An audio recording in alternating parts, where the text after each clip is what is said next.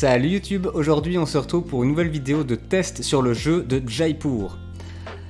Idril, est-ce que tu peux nous en dire un petit peu plus? Eh ben, alors les petits potes, Jaipur, pour vous donner un petit contexte, c'est un jeu de cartes qui se joue à deux, dans lequel vous êtes deux marchands qui sont en compétition pour devenir le marchand officiel du Maharaja. D'accord ? Donc pour ça, vous allez devoir vendre des marchandises, que ce soit des habits, des rubis, tout ça. Ou des et chameaux. essayer de gagner le plus de roupies possible pour montrer tout simplement votre valeur en tant que marchand. Tout simplement. On va juste préciser qu'il s'agit donc d'un jeu qui est de compétition, où donc comme Idril l'a dit, on va chacun jouer un marchand qui s'oppose. C'est un jeu qui se joue uniquement à 2 joueurs et la durée moyenne d'une partie, je dirais, doit être d'environ 30 minutes, quelque chose comme ça.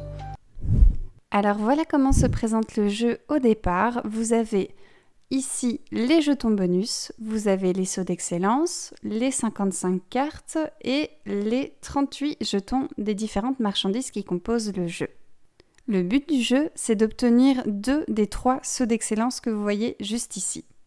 Pour obtenir un saut d'excellence, il faut gagner une manche. Pour ça, il faut juste avoir plus de points que son adversaire à la fin de la manche. Je vous propose de lancer une partie pour pouvoir vous expliquer les règles en même temps. Ce sera bien plus simple. On commence toujours avec 3 chameaux sur les 5 emplacements du marché et 5 cartes en main. Comme vous voyez, les différentes cartes représentent les marchandises ou des chameaux. En termes de points, vous voyez celles qui sont les plus rares juste ici. Donc les rubis, l'or et l'argent. L'argent, par exemple, j'ai une carte ici, valent plus de points que les tissus, les épices et surtout que le cuir. Vous allez donc ici jouer votre première manche. Il faut savoir qu'une manche peut se terminer de 2 manières. Soit on arrive au bout de notre pioche, soit l'entièreté des jetons de 3 lignes ont disparu. Donc si par exemple tous les cuirs, tous les argents et tous les rubis ont disparu ici, la partie se termine. C'est important pour les stratégies. On va donc jouer notre premier tour avec cette main-ci. Première chose, remplir le marché, voir un petit peu ce qu'il propose. Nous avons dans ce jeu 2 actions possibles par tour. Soit vous prenez des cartes, soit vous les vendez. Jamais les deux. Si je choisis de prendre des cartes, il y a plusieurs options qui s'offrent à moi. Soit je décide de prendre les chameaux. Parce que oui, une fois que vous décidez de prendre un chameau, vous êtes obligé de prendre tous ceux présents sur le marché. Je peux décider de prendre une seule ressource, par exemple l'or, je me dis que c'est une ressource plus rare qui vaut plus de points, je décide de la prendre dans ma main. Vu que j'ai pris une seule ressource uniquement, je dois juste piocher une nouvelle carte à mettre dans le marché. Je peux décider d'en prendre plusieurs, mais alors là, nous arrivons à une partie du jeu qui s'appelle le troc. Donc, mettons que mon adversaire est joué et que je me décide, tiens, j'ai déjà 2 tissus et je me dis que le cuir, ça pourrait être sympa. Je peux le faire, mais j'ai pris 2 ressources, je dois troquer 2 autres ressources à la place. Vu que les chameaux n'ont pas de valeur marchande, c'est parfois intéressant de les échanger contre des marchandises qui ont de la valeur. Il m'en faut une deuxième, là ce sera une ressource. Attention, j'ai pris un cuir, je ne peux donc pas redéposer un cuir à la place. Ça paraît logique. Mettons que je l'échange contre de l'argent. Voilà les 3 options pour prendre les cartes. Maintenant, mettons de nouveau que ce soit un nouveau tour. Je vais maintenant décider de vendre. Pour vendre, je mets simplement mes cartes dans la défausse. Je vais dire, tiens, je mets donc 3 cartes tissu. Vu que j'ai vendu un combo de 3 cartes, je peux prendre un bonus de 3. Ce sont des bonus aléatoires entre 1, 2 et 3 points supplémentaires en plus des points que me donnent les ressources en elles-mêmes. Alors, petite règle importante à préciser, dans votre main, à la fin de votre tour, vous ne pouvez avoir que 7 ressources maximum. Les chameaux dans votre main ne comptent pas. Vous pouvez avoir autant de chameaux que vous le désirez. D'ailleurs, à la fin de la manche, le marchand ayant le plus de chameaux dans sa main gagne un jeton bonus chameau qui donne des points supplémentaires. Vous n'êtes jamais obligé de dire à votre adversaire combien vous en avez en main. Si à la fin de la manche, les 2 joueurs ont le même nombre de chameaux, personne ne remporte le bonus. Autre précision, pour les marchandises les plus rares, vous êtes obligé de les vendre au minimum par 2. C'était un petit résumé des règles et de comment se mettait en place le jeu. Pour plus d'informations, je mettrai évidemment les règles officielles en description et il y a également quelques précieux conseils pour vos premières parties. L'objectif un peu de la vidéo, c'est de fournir un test qui permet d'avoir un aperçu général sur le jeu. Donc l'idée ici n'est pas d'expliquer quelles sont toutes les stratégies les plus fumantes ou fumeuses on dit, ouais, enfin les plus perfectionnées pour vaincre votre adversaire en toutes circonstances, mais l'idée est plus de vous faire un aperçu général pour savoir si vous avez envie d'acquérir ou non le jeu. Donc pour ça, on a dressé un ensemble de critères, des critères qui se veulent relativement objectifs, qui sont transversaux à tous les jeux de société. Ces critères ne sont pas des critères qu'on a vraiment sortis de notre tête complètement, donc on a évidemment été avant consulter différentes, soit des chaînes, soit des articles un peu à gauche à droite pour essayer de rassembler tous ces critères ensemble et on a gardé ceux qui nous semblent les plus parlants et les plus pertinents. Le premier critère qui nous semble important pour déterminer si un jeu est bon ou pas, c'est la simplicité des règles et la facilité de prise en main. Est-ce qu'on a besoin de beaucoup de temps pour essayer un peu de comprendre ce qui se passe versus on a très vite pigé un petit peu ce qu'on attend de nous, etc. Et assez vite, on est dans le jeu et on peut se concentrer sur ce qu'on veut faire et pas sur comment faire. On n'a pas besoin d'aller consulter toutes les 30 secondes le livre de règles. Donc pour toi, Edril, qu'est-ce que tu en penses ?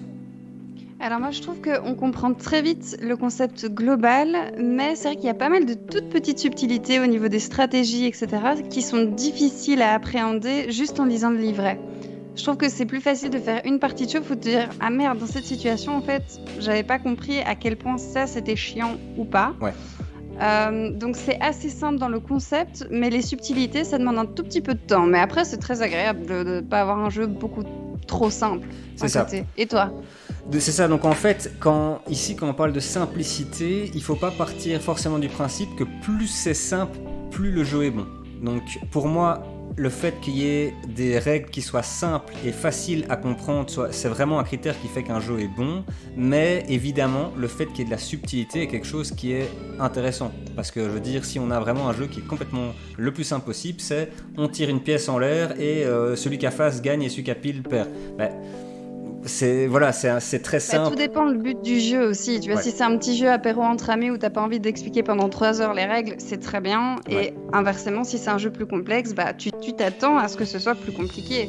Mais ici, je trouve que c'est plutôt un jeu qui se joue rapidement et du coup, c'est bien au niveau.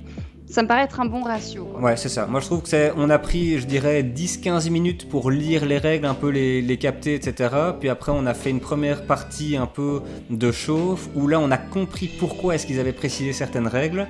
Et en fait, ce qui est assez intéressant, c'est que dans les mécaniques sont très simples. Soit on prend des cartes, soit on les vend.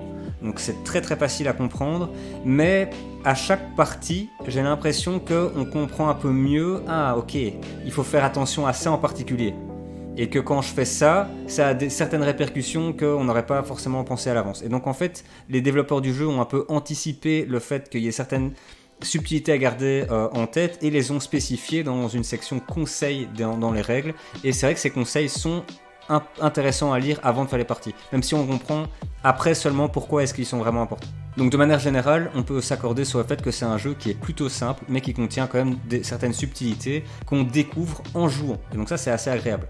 Découvrir les subtilités en jouant plutôt que il y a un problème, on comprend pas, c'est pas très fluide, etc. Et on a besoin de consulter le jeu tout le temps. Ce qui est cool, c'est que c'est un jeu qui est fluide. Ça, c'est vraiment très agréable. Un deuxième critère important pour nous, c'est la rapidité du temps de jeu et surtout le fait qu'il y ait peu de temps mort.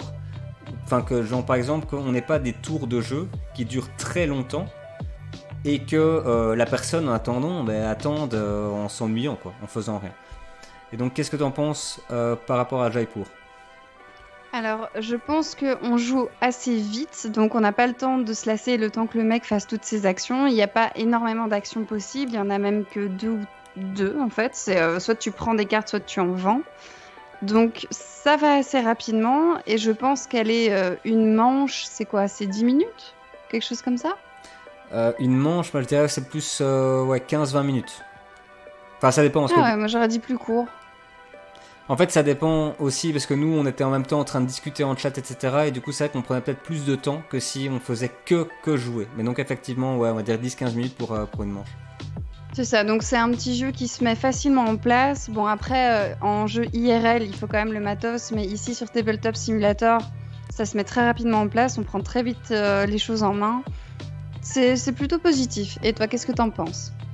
Ouais, donc je suis assez d'accord. Moi, je trouve qu'il y a peu en fait de temps mort dans la mesure où donc on joue assez rapidement, l'adversaire joue aussi rapidement, et quand c'est pas notre tour, on ne joue pas, mais on doit quand même être actif mentalement.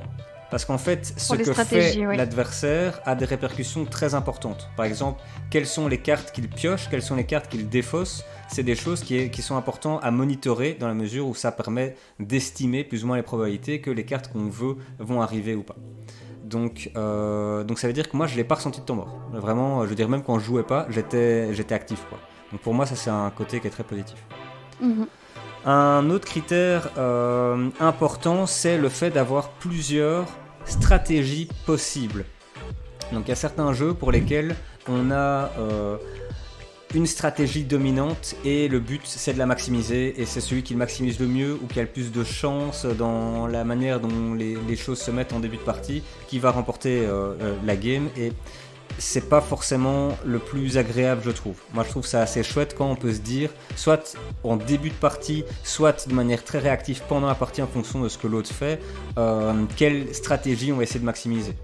Et ici, en termes de stratégie, on a assez vite remarqué qu'il y a soit des stratégies où on essaye très vite de mettre un peu de points et après de bloquer l'adversaire et de terminer la partie. Parce que l'objectif est d'avoir plus de points que l'autre, mais si on termine une partie tous les deux avec très peu de points, c'est bon. Tant qu'on a plus que l'autre et qu'on termine la partie.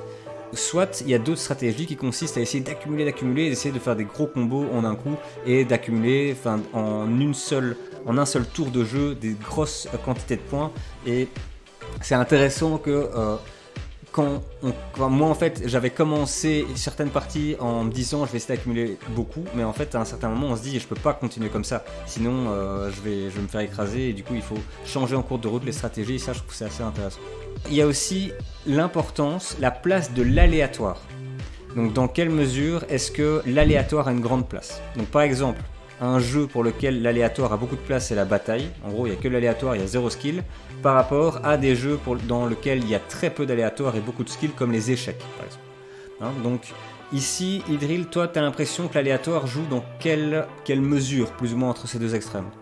C'est quand même prédominant sur l'aléatoire, je trouve, parce qu'en fonction de la main que tu as au début, ça peut très vite te favoriser par rapport à une mauvaise main. Après, il y a quand même de la stratégie qui, même en mauvaise passe, tu peux rebondir si tu fais les bons choix. Mais il y a quand même une part de hasard non négligeable. Ouais, il y a clairement une part de hasard. On ne peut pas prédire quelles sont les cartes qui vont arriver. Donc il y a du hasard dans la mesure où on ne sait pas quelles cartes, donc quelles marchandises vont arriver, et l'objectif c'est d'essayer de faire des lots de marchandises. Et du coup évidemment on a envie d'avoir des suites des mêmes marchandises que nous on prend et pas le marchand. Et du coup tout ça dépend quand même de facteurs qui sont à la fois aléatoires, donc quelles sont les cartes qui vont arriver de la pioche, et aussi de facteurs non aléatoires comme quelle va être la réaction du marchand que j'ai en face.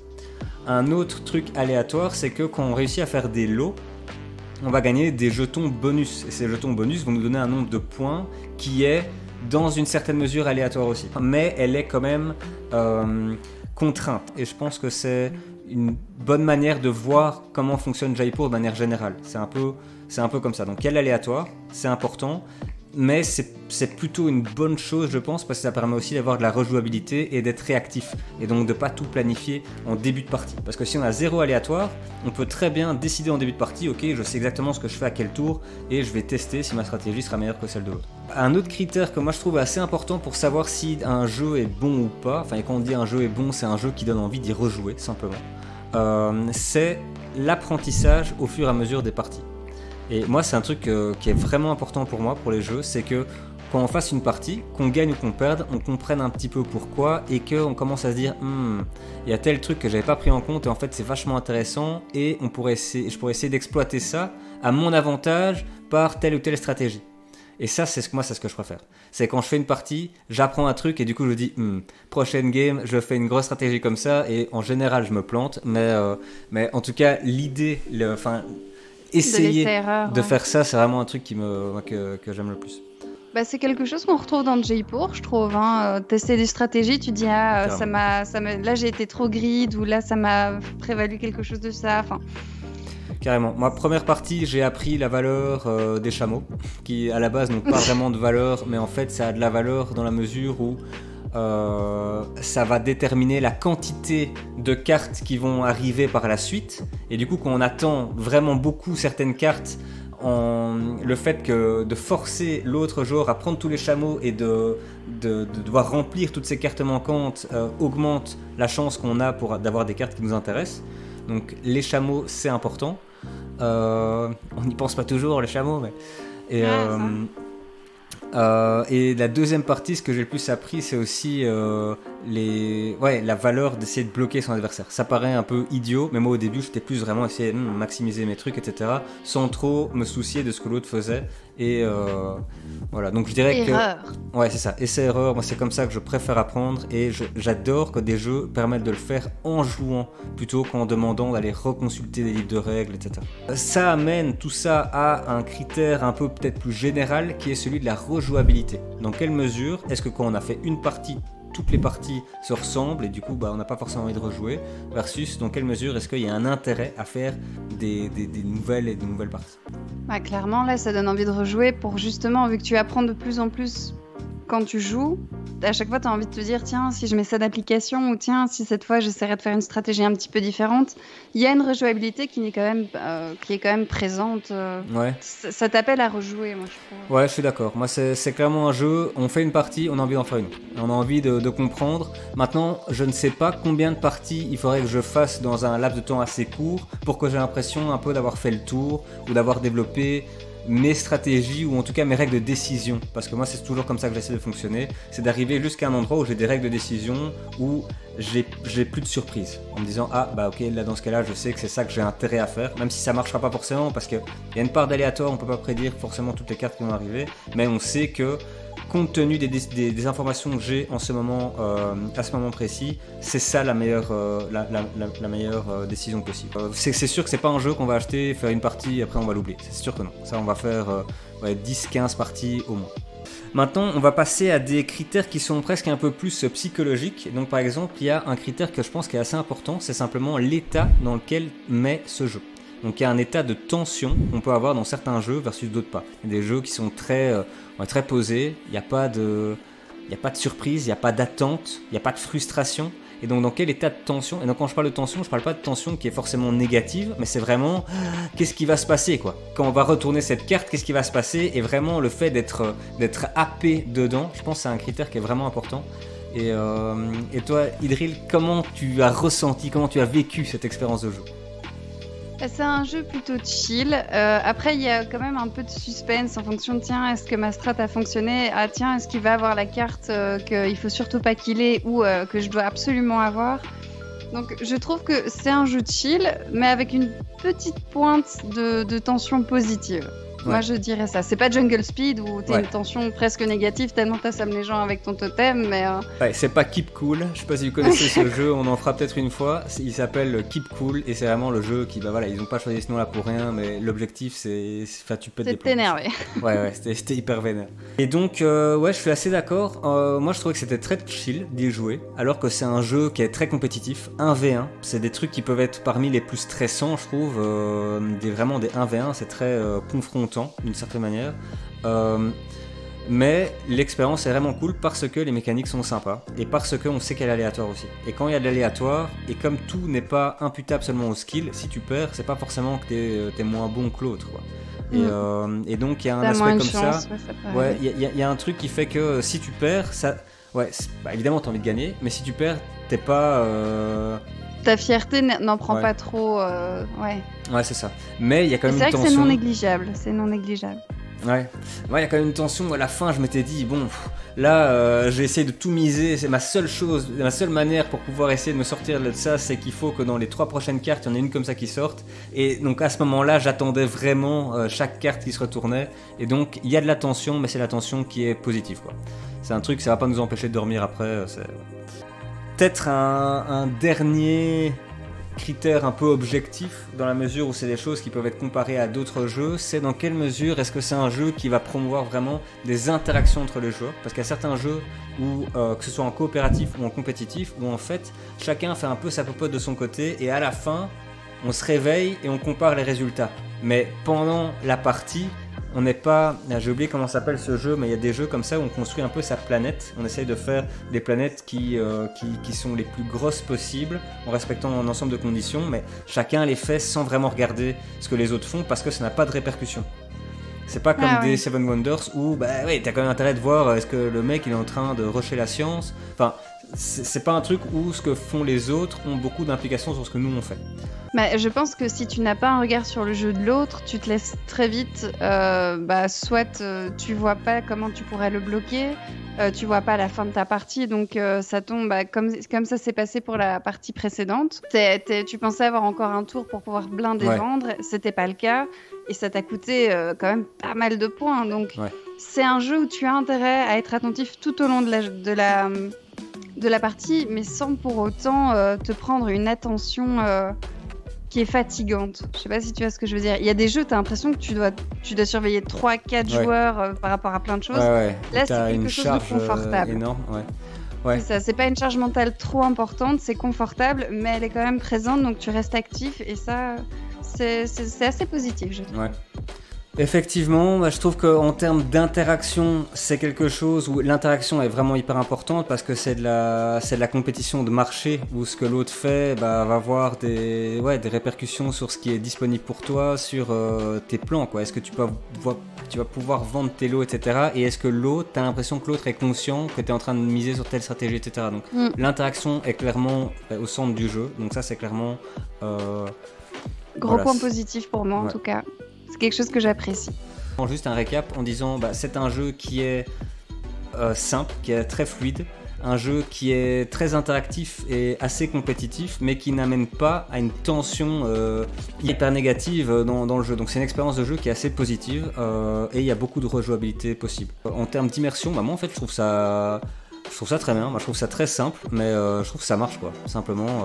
C'est simple, les illustrations sont vraiment très correctes. J'adore les cartes, c'est un objet que j'aime beaucoup. Les cartes, c'est un truc que je trouve simple, mais vraiment bien. Et très efficace. Le mélange cartes, jetons, etc. Voilà, c'est un truc exactement simple, efficace. Pour moi, ça marche. Donc voilà, donc de manière générale, c'est vraiment une très belle expérience pour nous deux. Moi, je trouve que je suis très content d'avoir découvert ce jeu-là. J'espère que cette vidéo vous aura permis d'avoir un peu un meilleur aperçu du jeu et permettre de vous aider si vous avez envie, à prendre une décision, si vous avez envie soit de l'acquérir pour vous, soit pour l'offrir. On est en live tous les lundis et mercredis soirs de 19h30 à 21h30.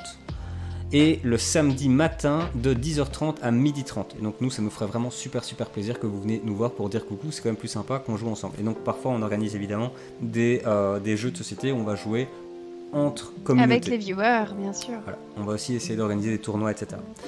Si vous avez apprécié cette vidéo, n'hésitez pas à liker la vidéo ou vous abonner à la chaîne. C'est vraiment quelque chose qui semble anodin, mais ça nous soutient énormément. Donc ça nous ferait vraiment super plaisir. Donc on vous souhaite une très bonne soirée ou journée en fonction de quand est-ce que vous regardez cette vidéo. Et à très vite. Ciao ciao. Salut tout le monde.